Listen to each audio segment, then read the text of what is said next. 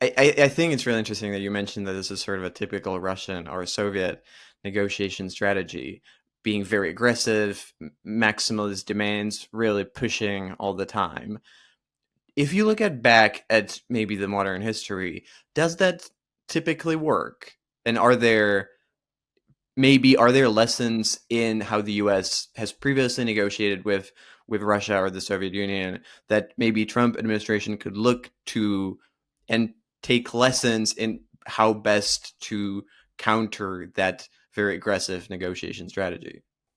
I mean, it works up to a point, but in terms of, I mean, first of all, to answer the whether it works element, my sense is that it can sometimes work on a tactical level in terms of that particular negotiation, while at the same time backfiring catastrophically on a strategic level. Because you end up with people thinking, look, oh, we have just been talked into the ground. We're not going to get anywhere. Let's just make this deal and move on. But on the other hand, absolutely convinced that the Russians are not essentially good faith actors, that they are hostile, and that actually in the long term policy needs to be about containment and pushback. So I think this may well be the sort of thing we're seeing now. And again, if one looks at the usual things about the expansion of NATO with Sweden and Finland, increasing defence budgets, sanctions, etc. I mean, one can argue that in fact, Russia has managed to dramatically worsen its international position, even if it might be edging closer to getting some kind of a deal over Ukraine, just simply because of mutual exhaustion. But in terms of the kind of lessons for the Americans, I'm always very worried about these sort of horrible Orientalists. There's only one thing that Johnny Ivan understands, and that's force. But there is a point that certainly just in terms of my own engagements with Russians and talking to them, that they do respect a robust position. They expect to negotiate hard, and they expect their interlocutor to negotiate hard, and they haven't got a problem with that. I mean, again, they will, in this case, Foreign Minister Sergei Lavrov is a master of this. They will huff and they will puff, and they will allege all kinds of, Russophobic attitudes.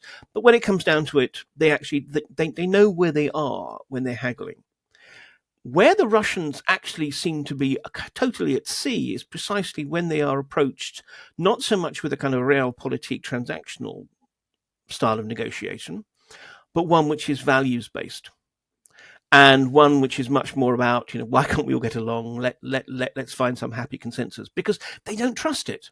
They don't understand it and they don't trust it. And again, look, I mean, I feel uncomfortable saying this because it's not like I'm trying to say Russians don't understand values or anything like that. But when it comes to international negotiation, they have a very clear frame that they understand it. And therefore, when someone steps outside that frame, they have a tendency to assume the worst. They assume that somehow this is not actually a genuine values-based negotiation, but that's just merely a smokescreen. I mean, time and time again, sometimes with good reason, they talk about the hypocrisy of the West. Now, in part, that is because the West is often hypocritical.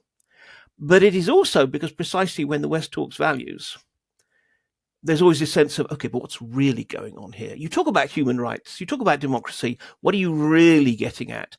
And sometimes it is about democracy and human rights. So I think that the bottom line is, by all means, hold true to your values, but don't necessarily take those values into the language that you will be using into your negotiating posture. Because if the Russians get confused, the Russians get belligerent. And I think that's where it gets interesting because Trump, unlike most Western leaders and most US presidents, is probably not coming from a value based proposition.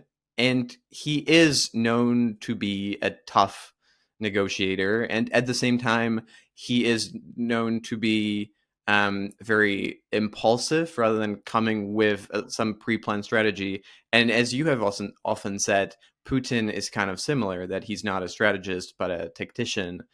And you have these two people who are sort of similar that are meeting in the negotiation. So the result is kind of unpredictable. Yeah, and particularly to go back to where you started from. I mean, the fact of the matter is that, I mean, clearly there are divisions within the Kremlin and within the wider Russian administration. There are, on the whole, one can say that there are sort of technocrats who frankly want the war to end. And then there are hawks who think, no, no, no, this is a moment of opportunity. We need to push harder. But on the other hand, when it comes down to it, ultimately Putin is a very sort of powerful centralizing force there. In the White House, I think we have much more chaos. We have much more scope for the kind of adhocracy. We do have, given that the Americans have adopted this twin track negotiating approach, that you've got Kellogg as your emissary to Kiev and Witkoff as your emissary to Moscow, which makes sense on one level. There's no point trying to bring Ukrainians and Russians together right now. You need to do a lot more groundwork before you can possibly unite those two strands. But in the short term, what it actually means is, in effect, you have two policies or two articulations of policy. Kellogg is talking very differently than Witkoff is. And I don't think that's just a rhetorical difference because of their roles. I think it is generally that actually Kellogg sees the prospective path to peace and what kind of shape that peace would be in very different terms from how Witkoff sees it. And we don't, at the moment, have any kind of centralizing vision coming from Trump, who, if nothing else, is actually at the moment having much more fun with tariffs than with Russia, Ukraine. So, at the moment, in some ways, we have these multiple strands. At some point, Trump will decide to weigh in and make his decision known. But this is it. It's a toss of the coin. We have no real idea what it's going to be. If you're enjoying this podcast, chances are that you like to know what's going on in the world of geopolitics. And if that's the case, you might want to sign up to my newsletter. There's a lot of news on geopolitics, but most of it just doesn't actually matter. It's just chasing headlines, emotions, and breaking news. What I want to do is to try to separate all this noise and find the signal, the stuff that actually does matter and will have consequences months and years down the line. And so in every edition, I pick out 3 things that do matter and explain why and what will be their future impact. You can find the link in the description, so check it out and sign up to stay informed.